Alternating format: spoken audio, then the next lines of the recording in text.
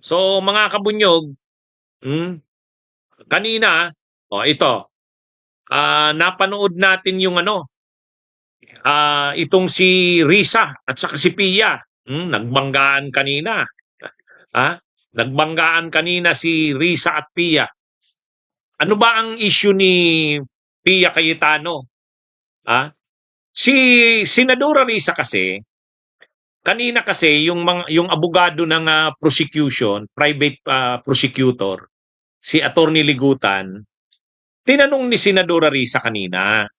Sabi ni Senadora Risa kanina, ah, ano ba ang bakit ninyo nakikita na, na impeachable ba? Impeachable act ba? Dapat bang i-impeach bakit kailangang i-impeach ang Vice President dun sa sinabi niya? Yung pagbabanta niya sa buhay ng Pangulo at ng First Lady. Sabi ni Senadora Risa, kasi wala namang napatunayan na kumuha nga ng assassin si Sara Duterte, sabi niya. Based sa sinasabi ng NBI, yung testigong present ng prosecution, wala namang napatunayan niya na may kinuhang assassin si Sara Duterte. Totoo, nagbanta siya na may assassin na siyang kinuha. Pero wala naman anyang napatunayan na may kinuha ng assassin eh. Yan yung tanong ni Senadora Risa kanina. So, paano ngayon masasabi na dapat pa ring i-impeach ang Vice President sa kanyang sinabi, gayong wala namang patunay na kumuha nga siya ng assassin? Tanong yan ni Senadora Risa ha? Ay bigla namang nagsalita itong si Pia Cayetano, sumabad na naman. Sumabad na naman mga kabunyog si Pia Cayetano. Sabi ni Pia Cayetano, parang nangingiyak na nga, nauutal-utal na eh. Sabi ni Pia Cayetano, nag-object siya dun sa tanong ni Senadora Risa Hontiveros. Mga kabunyog. Sabi ni Pia Cayetano, yang ganyang pagtatanong, yang ganyang tanong, hindi yan pwede kasi para mo nang inaano niyan, parang closing statement na yan ng tinatanong mo na ngayon ang prosecution ng kanilang closing statement. Hindi naman pwede pa yan. Nagpipresent pa lang ng mga ebidensya.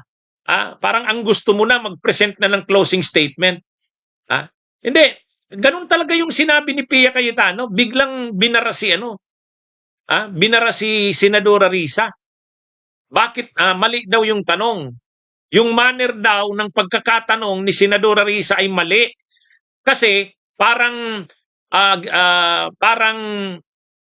gusto na ni Senadora Risa na gumawa ng closing statement yung prosecution.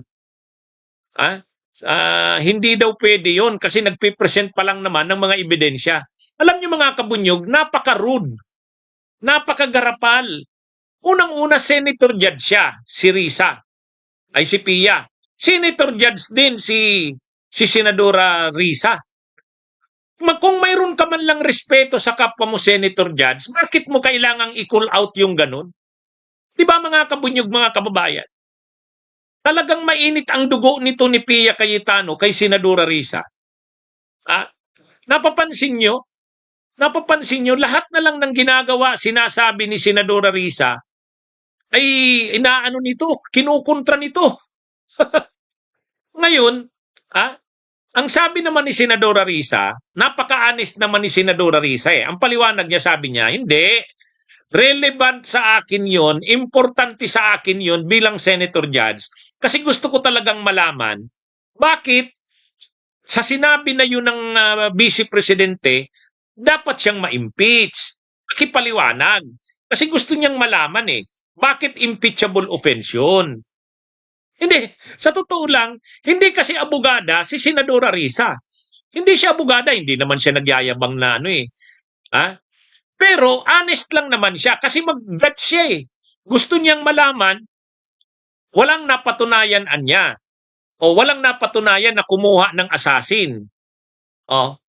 Bakit impeachable pa rin ang Vice Presidente sa kanyang sinabi? Sa ganun ba pwede siyang ma-impeach sa ganung sinabi niya kahit wala namang napatunayan na talagang kumuha siya ng assassin?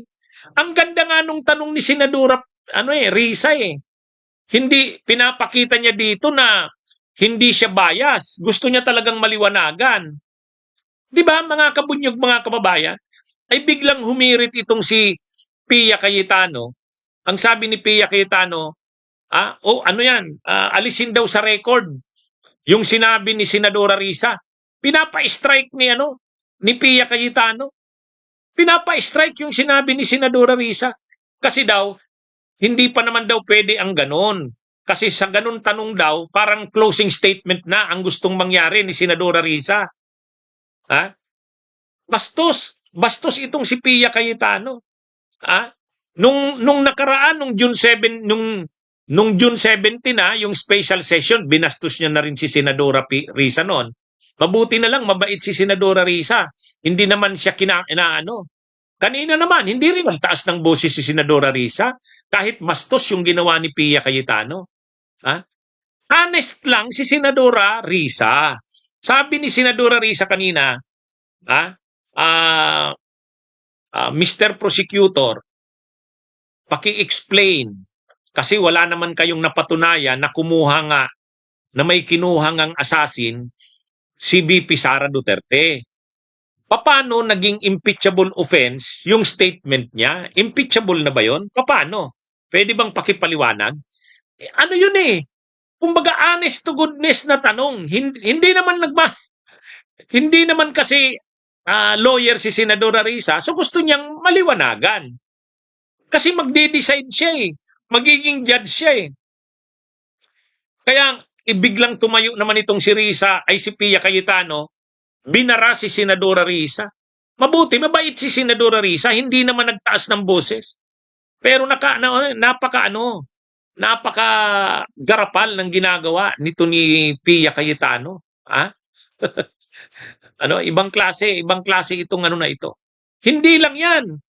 Kahit nung mga unang araw pa lang, nung July 6, nung unang araw pa lang ng impeachment, na 'yan? Talagang masyadong garapal na 'yan na talagang lumilitaw na makasara Duterte. Itong si Pia Cayetano. Tapos Bunyog, halikan na kasama ka. Bunyog, kapag buklod ay may pag-asa. Luzon, Visayas, Mindanao, isa ang pananaw. Sa bagong Pilipinas ang bunyog isisigaw. Bunyog.